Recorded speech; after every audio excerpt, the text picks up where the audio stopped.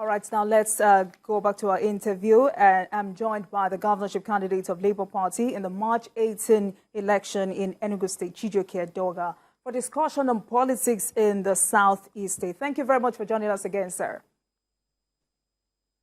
Thank you. Thank you for having me. All right, now let's start with outcome of the governorship election in Enugu State. How will you describe it? The outcome of the election with regards to the governorship election was absolutely not in consonance with the wishes of the majority of the lawful voters in Enugu State, as was clearly expressed on the voting day, and as can be clearly deduced from the facts on the ground with regards to the successes recorded by Labour Party in the previous election. For instance, the first election was the National Assembly election that also had the presidency. LP won 7 House of Rep seats out of the 8 available in Enugu State. LP won 1 Senate seat out of the 3 available. Eventually, on the scheduled day, LP won another senatorial seat, which means that LP has 2 senatorial seats in Enugu State out of the 3 available. There are 24 Houses of Assembly seats in Enugu State. LP currently has 14 in its kitty. So if you look at that trend, you know that Enugu State has become an LP state. And on the day of the governorship election, 16 LGAs had come in out of the 17 Enugu states. And LP governorship candidate, Chijioke Edeogah, was coasting home to victory with a clear lead of more than 11,000 votes. Then the result from the 17th LGA, Nkanu East, came in very late. Nkanu East has no reason at all to come in very late, because Nkanu East is one of the LGAs that is closest to the Enugu Center, the secretariat where INEC is. Nkanu East is not the farthest LGA, it's the nearest. Nkanu East is one of the least in terms of population, numerical strength, or registered voters. Nkanu East turned in 30,000 votes. Immediately, the agent for LP challenged that outcome and said it was not in consonance with the Beavers report as was available on our control room. It was not in consonance with the electoral history of Nkanu East, especially with regards to the 2 other elections I held before. So that objection was sustained, and I understand that Abuja intervened, and result collation was taken to Abuja. And for 3 days, Enugu State was waiting. There was a pause. And then later, an envelope was given to the returning officer to announce.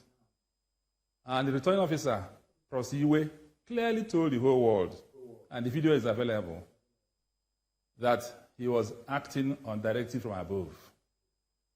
You also should know that at the point when collation stopped and matters were taken to Abuja, that Edeogah, the governorship candidate, was not represented. There was no agent of LP in Abuja. Up to now, there is no reason at all, no explanation of what happened in Abuja. What happened is that an envelope was handed over to Iwe and asked him to announce. And he said he was announcing according to the instruction that he received. And what happened is that out of the 30,000 voters that PDP, working in conjunction with electoral officers in Enugu, ascribed to his governorship, Abuja, on his own accord, shaved about 14,000 or thereabouts, and left 16,000. The basis for the sole shelving, we don't know. But what happened is that PDP now got a lead of about 3,000 over the LP. And since that thing was announced, Enugu State has been in the morning. It has been gloom all over Enugu State. So that's a brief summary of where we are now. All right, so I see that you have approached the governorship election petition tribunal to declare you the winner of that election. What are your prayers? Basically, three prayers. We have said clearly that the governorship candidate for PDP is not even, shouldn't have been on the ticket because he was not qualified to run for governorship, having submitted a forged NYSC discharge certificate in the course of his nomination for governorship. The form that he submitted to INEC, he submitted a form, attached a form purportedly from NYSC, claiming that he had done his NYSC successfully. We have since found out that that document, even NYSC has stated categorically in writing that that document is forged. And even before the governorship election, that matter had trended seriously, but nothing was done by the PDP. So secondly, we're also saying that if you do a proper arithmetic, mathematics of all the votes, proper mathematics of all the votes that were cast, my LP, Chijioke Edeogah, will win. That tabulation has been done because we dictated areas clearly of obvious and deliberate switching of figures. You have places where the polls that were collected are the polling units. You have LP votes, LP winning PDP consistently. But at the collation point, these votes were switched. So the votes that I won, especially in Udene local government, several of them were deliberately moved to PDP in order to give PDP victory. So we're asking that this deliberate error or mistake or miscalculation at the point of collation should be corrected. We also have questions with what happened in Nkanu East. In Nkanu East, where Beaver's collection was with 15,000 and acquisition was around 15,000, and then 30,000 was given in favor of PDP. PDP and the Israelites, these big men, took the matter to Abuja, where they became the judge and the jury, and slashed 16,000. We still have issues with the ones they left behind, because we have evidence that collations were not done, that beavers were bypassed, and votes were allocated far and above what was accredited in several places, in Owo and Walker and some other areas. So we applied the law to these areas of voting, and we're asking the court to apply the law, the Electoral Act, that areas where there are overvoting, they should also be cancelled. So our submission to the panel is not too complicated. In fact, it's almost simple but precise. All right. That the man, the guber candidate of PDP, was not qualified ab initio. Secondly, there were areas of miscalculation or misalignment for figures. And if you do the proper arithmetic, you will see that PDP won by more than 5,000 votes. That's our simple prayer. Those are our prayers. All right, so while we await the outcome of that, analysts thought that Obi's popularity will swing the vote in favor of Labour Party candidates. What do you think went wrong after the party won the presidential election in the state? No, nothing went wrong because we won. We won. Nothing went wrong. We won. We won the one that our president will be contested. We got 78%. We got one of the highest returns in Nigeria. 78% of the votes were cast for our presidential candidate. And we swept the National Assembly elections, as I've said earlier. Out of 8 House of Rep seats, we won 7. Out of 24 House of Assembly seats, we won 14. Out of 3 senatorial seats, we won 2. So that's logically and reasonably, that winning streak should continue, because for a long time, the Enugu State people have really lost it with PDP, especially the most significant being the manner in which the presidential issues were determined in PDP in a way that didn't take into consideration the voting history of the Southeast or Enugu State people in support of PDP. So basically, people of Enugu State had lost it with PDP. And Obi's entrance and the way we conducted our campaign, I am the only candidate out of all the candidates who toured virtually all the wards in Enugu State. There are 260 wards in Enugu State. I went to more than 240 wards in Enugu State. Sometimes a particular ward will see me going there 2 or 3 times or more, depending on what I ascribe to that place in terms of potency or viability. So we had prepared the Enugu State ground for an LP victory. And that LP victory was recorded, was achieved, notwithstanding the oppositions, the weaponization of the council chairman, the deployment of thugs, the use of money, the several other things we used to thwart the wishes of Enugu State people. But they all failed because we won. Then at the time when collation was going on, abracadabra was done. Announcement of results were suspended and taken to Abuja. I don't even know why now, why that matter had to go to Abuja. I don't even know the legal basis why collation should be suspended and taken to Abuja. I would like INEC to tell me the legal basis on which collation will stop in Enugu State and the matter is taken to Abuja.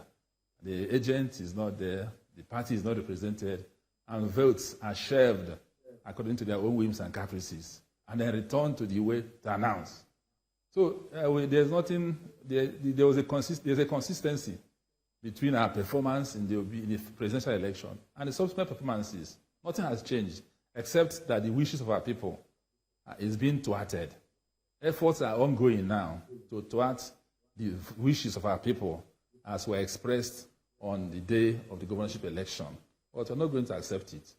We're challenging it, and we're going to challenge it. Make sure that Mr. the wishes of our people I know you would understand that until the tribunal or the court says otherwise, Peter Mbah remains the governor-elect in Enugu State. So for the basis of this interview, now you came second after the PDP governorship candidate, Peter Mbah. What would you say gave him the edge over you? Where? In the primaries? In the election or in the yes, PDP the election. In the election? Yes. There was no edge. We won. It's just a question of what is written down. If you count the votes properly, we won. The election should be announced. It was a different outcome was announced. We don't accept that you won. We don't accept it at all. If you do a proper mathematics of the votes cast, we won. So we don't accept that you won at all. It's just something that Abuja, somebody can, the law is the law. You can't sit down in a place and give yourself votes higher than what is accredited, higher than what BIF has captured. If you allow that thing to continue, the next elections will not hold anywhere because you just act in breach of the law. You sit in a place, that is why BIF has came. That's why the electoral law was amended to make sure that such obvious anomalies don't happen, don't become the norm. You can't stay in one place and give yourselves figures that not in consonance with accreditation, not in consonance with BIVAS, not in consonance with any voting. You just write something and submit and announce. So it's not right, and we're not going to allow it to continue because it means the destruction of the credibility of the vote in Enugu State and in Nigeria. Okay then, so how can your party spread its victory in Abia State to other Southeast states and beyond? How can the party do what? How can your party, the Labour Party, spread its victory in Abia State to other Southeast states and beyond? We are going to reclaim our victory. We are definitely going to reclaim our victory in Enugu State. Definitely. And we are going to work very hard in Imo State, because Imo State election, the other elections that are coming up, this is just the first major outing of the Labour Party. And you know that elections have been challenged everywhere, in Lagos, in Rivers, several other places. So some successes may still be recorded, and they will take it on from there. But we are positive that OT's good works, which I'm confident will happen, will also continuously endear LP to Nigerians as the party to go to, the party of choice, a party that breaks away from the mold of both APC and PDP. We want a new party, we want a new beginning, we want a new orientation, something new and fresh and interesting and enlightening. You know. So we are going to take it gradually, grow gradually. Our performances, our good works, even those who are already going to National Assembly for sure, their good works will endear them to the Enugu people, Abia people, right, Imo people, Ebonyi, gradually. Okay. Now, the election has come and gone, but what would you suggest Indigbo should do after this year's election towards ensuring that the zone is not further marginalized? Sorry, I didn't hear you very well. I'm sorry about that. What would you suggest Indigbo should do to make sure, after this year's election, to make sure that the zone is not further marginalized? Okay, our zone is not marginalized. Yes. It's left to Nigeria. It's left to Nigeria. It's left to Nigeria to make sure that Nigeria becomes an inclusive country, a country of inclusion, not a country of winner take it all, and a country of empathy. This is a country that has federal character, that has quota system, that has all arrangements to accommodate all sorts of weaknesses. But it's only when it comes to the people of the Southeast that will tend to override all these other considerations. There's quota that makes allowance for people who are mentally or intellectually indolent to enter universities or secondary schools or federal schools. There are things that have been done for some people so that have extra benefit because oil is in their place. But when it comes to Igbo, it appears that everything breaks down. Igbos are numerically not strong, but that is not a reason why they should not benefit from the things that others should get. That things should normally come to them. For instance, in the zoning of offices now, in APC, you see that there's a scramble from other parts of Nigeria, northwest, northeast. Everybody wants the speaker. Everyone wants the Senate presidency. It's not right. Even if the Igbos cannot fight for themselves in this country as it is configured presently, that does not mean that they should be completely sidelined. So leadership, I think leadership, even in APC, even in PDP, because PDP leadership also demonstrated a contempt for the Southeast people in the manner they chose this presidency. So I think that going forward, there should be the thing that you don't want others to do to you, don't do it to others. The thing you don't want others to do to you, don't do it to others. So if you don't want people to oppress you, if you don't want people to take advantage of intellectual wherewithal, to take all the positions in universities, all the civil service positions, so you have created quota system, you have created federal character in national. So why don't you extend the same quota system, the federal quota, to allocation of presidential offices, or allocation of Senate presidency, or speakership? So Igbos will not fight for themselves. Igbos should not fight for themselves. Nigeria should fight for Igbos. Nigeria should fight for all parts of Nigeria that are excluded. It is on the basis of fighting for inclusion that we have quota system that admits especially Northerners who are not quite good when it comes to Western education. So why can't we do another kind of quota system that accommodates the Southeast in view of their numerical shortcomings, so that what are due to them should go to them? That's how to build inclusion. So that leads me to my next question, Mr. Chijioke. That leads me to my next question. The race for the Senate presidency is on, with many senators from the Southeast already showing interest. How will you rate the chances of the zone to produce the next Senate president? How do I rate? How will you rate the chances of the zone to produce the next Senate president? I really like that the Senate position is thrown open to the Southeast and the South-South. Yes, I really like that the position is thrown open to the Southeast and the South-South. All right, so let me have you, what next for Chijioke Edeogah after this electoral loss in the politics of Enugu State? I didn't hear you, sorry. I would like to ask you, what next for you after this electoral loss in the politics of Enugu State and Nigeria? No, I'm challenging the outcome of the election. I'm challenging it. I'm going to follow it to the end. So I hope that in a few months' time, I'll be sworn in as governor of Enugu State. I have faith in the tribunal. I have faith in the judicial system. And we're going to follow the law. The law, as laid out by the Electoral Act, it gives us the leeway to challenge an outcome that we don't agree with. I don't agree with the outcome that INEC announced on sometime in March regards to the outcome of the governorship of Enugu State. It's not in consonance with the wishes of our people. It's not in consonance with the existing reality, the demographics of who is who in Enugu State politically, House of Reps, House of Assembly, Senatorial. So I don't accept it at all. So we have gone to the tribunal, we have filed our papers, and we are going to follow the law to the end. And I have the faith and the confidence that in the end, justice will be done. And justice means that the mandate that the people of Enugu State gave to LP and the Chijioke Edeogah. All right, we wish you the very best of luck regarding. According to the, yes. Thank you. All right, we wish you the very best of luck regarding that. Thank you very much, Mr. Chijioke Edeogah. I've been speaking with the governorship candidate of Labour Party in the March 18 election in Enugu State as we discuss Southeast politics. Thank you very much for coming on Politics Tonight. Thank you so much for having me. You're really brilliant.